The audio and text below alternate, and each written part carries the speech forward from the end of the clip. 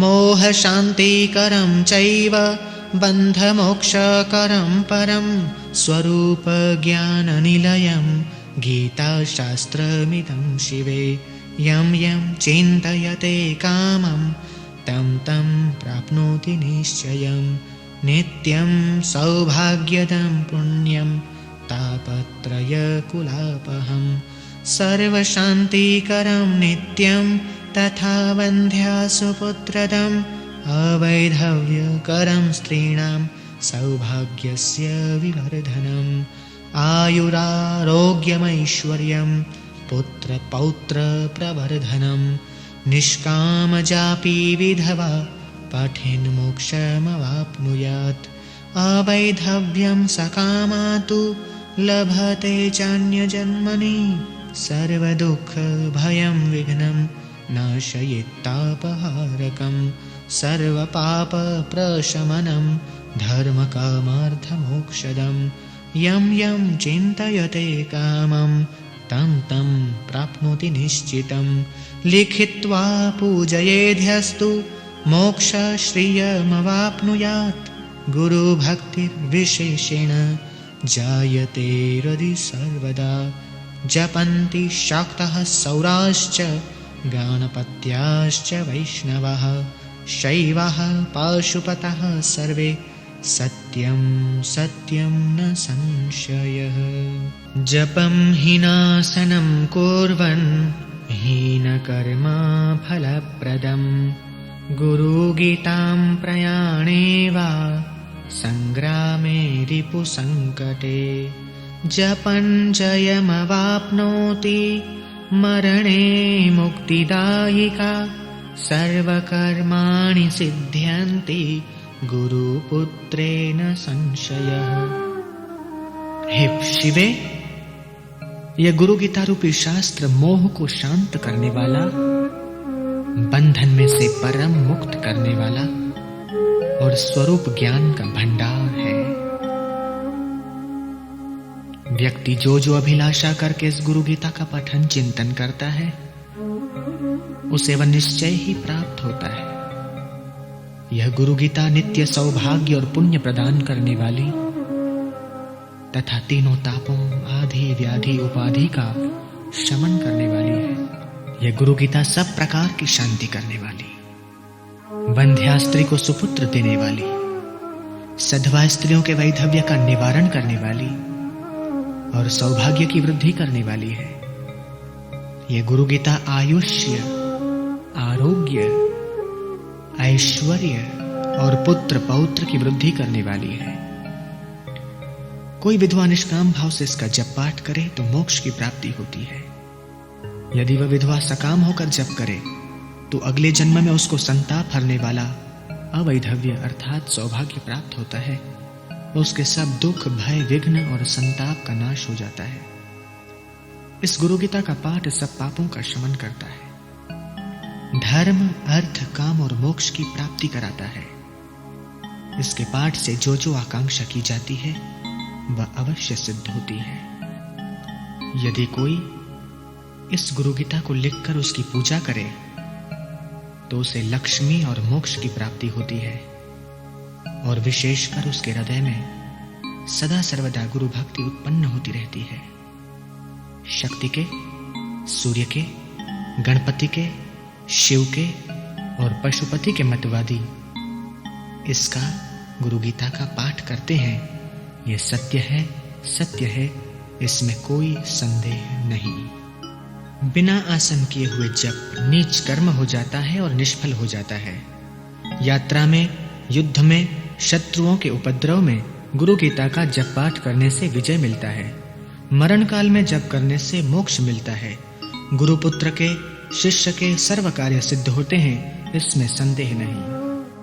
गुरु मंत्रो मुखे यस्य तस्य सिद्ध्यन्ति नान्यथा दीक्षया सर्वकर्माणि सिद्ध्यन्ति गुरुपुत्र के भवमूल विनाशाय चाष्टपाश निवृत्तये गुरुगीताम्भसि स्नानं तत्त्वज्ञः कुरुते सदा सर्वशुद्धः पवित्रोऽसौ स्वभावाध्यत्र तिष्ठति।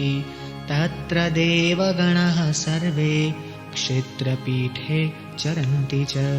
आसनस्था शयाना वा गच्छन्तस्तिष्ठन्तोऽपि वा अश्वारूढः गजारूढः सुषुप्ता जाग्रतोऽपि वा शुचीभूता ज्ञानवन्तो गुरुगीतां जपन्ति ये तेषां दर्शनसंस्पर्शात् पुनर्जन्म न विद्यते। कुशदुर्वासने देवी यासने शुभ्रकम्बले उपविश्य ततो देवी जपेदेकाग्रमानसः। शुक्लं सर्वत्र वै प्रोक्तं वश्ये रक्तासनं प्रिये पद्मासने जपे नित्यं शान्तिवश्यकरं परम्। वस्त्रासने च दारिद्र्यं पाषाणे रोगसम्भवः मेदिन्यां दुःखमाप्नोति काष्ठे भवति निष्फलम्। कृष्णाजिने ज्ञानसिद्धिः मोक्षश्रीव्याघ्रचर्मणि कुशासने ज्ञानसिद्धिः सर्वसिद्धिस्तु कम्बले। आग्नेयां कर्षणं चैव वायव्यां शत्रुनाशनं नैऋत्यां दर्शनं चैव ईशान्यां ज्ञानमेव च। जिसके मुख में गुरु मंत्र है उसके सब कर्म सिद्ध होते हैं, दूसरे के नहीं। दीक्षा के कारण शिष्य के सर्व कार्य सिद्ध हो जाते हैं। तत्वज्ञ पुरुष संसार रूपी वृक्ष की जड़ नष्ट करने के लिए और 8 प्रकार के बंधनों की निवृत्ति करने के लिए गुरु गीता रूपी गंगा में सदा स्नान करते रहते हैं। स्वभाव से ही सर्वथा शुद्ध और पवित्र ऐसे वे महापुरुष जहां रहते हैं उस तीर्थ में सब देवता विचरण करते हैं। आसन पर बैठे हुए या लेटे हुए, खड़े रहते या चलते हुए, हाथी या घोड़े पर सवार हुए, जागृत अवस्था में या सुषुप्त अवस्था में, जो पवित्र ज्ञानवान पुरुष इस गुरु गीता का जप पाठ करते हैं उनके दर्शन और स्पर्श से पुनर्जन्म नहीं होता। हे देवी, कुश और दुर्वा के आसन पर सफेद कंबल बिछाकर उसके ऊपर बैठकर एकाग्र मन से इस गुरु गीता का जप करना चाहिए। सामान्यतया सफेद आसन उचित है, परंतु वशीकरण में लाल आसन आवश्यक है। हे प्रिय, शांति की प्राप्ति के लिए या वशीकरण में नित्य पद्मासन में बैठकर जप करना चाहिए। कपड़े के आसन पर बैठकर जप करने से दारिद्र्य आता है। पत्थर के आसन पर रोग, भूमि पर बैठकर जप करने से दुख आता है और लकड़ी के आसन पर किए हुए जप निष्फल होते हैं। काले मृग चर्म और दर्भासन पर बैठकर जप करने से ज्ञान सिद्धि होती है। व्याघ्र चर्म पर जप करने से मुक्ति प्राप्त होती है, परंतु कंबल के आसन पर सर्व सिद्धि प्राप्त होती है। अग्नि कोण की तरफ मुख करके जप पाठ करने से आकर्षण, वायव्य कोण तरफ शत्रुओं का नाश, नैऋत्य कोण तरफ दर्शन और ईशान कोण की तरफ मुख करके जप पाठ करने से ज्ञान की प्राप्ति होती है। उदम मुखः शांति जाप्ये वश्ये पूर्वमुखस्तथा याम्ये तु मारणं प्रोक्तं पश्चिमे च धनागमः इति श्रीस्कान्दोत्तरखण्डे उमामहेश्वर संवादे श्रीगुरुगीतायां द्वितीयोऽध्यायः। अथ तृतीयोऽध्यायः। अथ काम्यजपस्थानं कथयामि वरानने। सागरान्ते सरित्तीरे तीर्थे हरिहरालये शक्तिदेवालये गोष्ठे सर्वदेवालये शुभे वटस्य धात्र्या मूले वा मठे वृन्दावने तथा पवित्रे निर्मले देशे नित्यानुष्ठानतोऽपि वा निर्वेदनेन मौनेन जपमेतत् समारभेत्। जाप्येन जयमाप्नोति जपसिद्धिं फलं तथा हीनकर्म त्यजेत् सर्वं गर्हितस्थानमेव च श्मशाने बिल्वमूले वा वटमूलान्तिके तथा सिद्ध्यन्ति कानके मूले च्यूतवृक्षस्य सन्निधौ आकल्पजन्मकोटीनां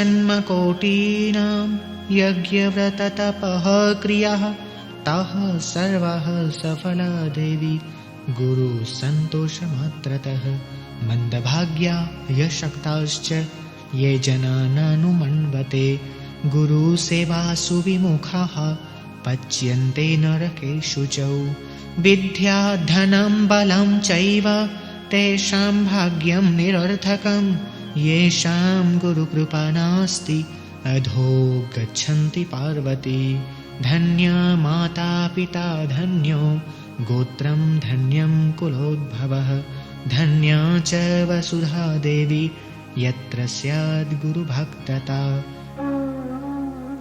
उत्तर दिशा की ओर मुख करके जप पाठ करने से शांति, पूर्व दिशा की ओर वशीकरण, दक्षिण दिशा की ओर मारण सिद्ध होता है तथा पश्चिम दिशा की ओर मुख करके जप पाठ करने से धन की प्राप्ति होती है। हे सुमुखी, अब सकामियों के लिए जप करने के स्थानों का वर्णन करता हूं। सागर या नदी के तट पर,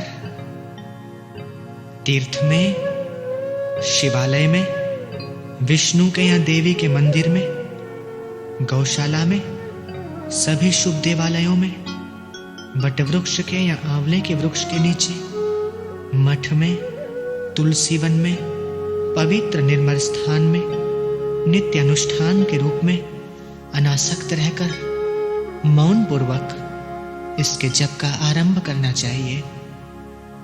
जप से जय प्राप्त होता है तथा जप की सिद्धि रूप फल मिलता है।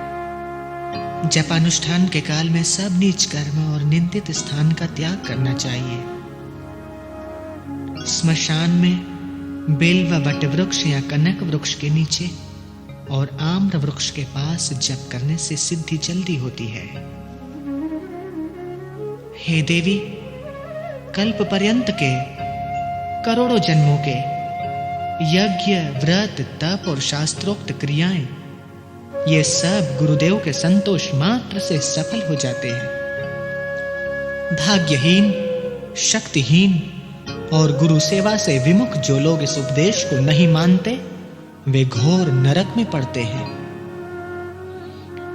जिसके ऊपर श्री गुरुदेव की कृपा नहीं उसकी विद्या, धन, बल और भाग्य निरर्थक है। हे पार्वती, उसका अधः पतन होता है। जिसके अंदर गुरु भक्ति हो उसकी माता धन्य है, उसका पिता धन्य है, उसका वंश धन्य है, उसके वंश में जन्म लेने वाले धन्य है, समग्र धरती माता धन्य है।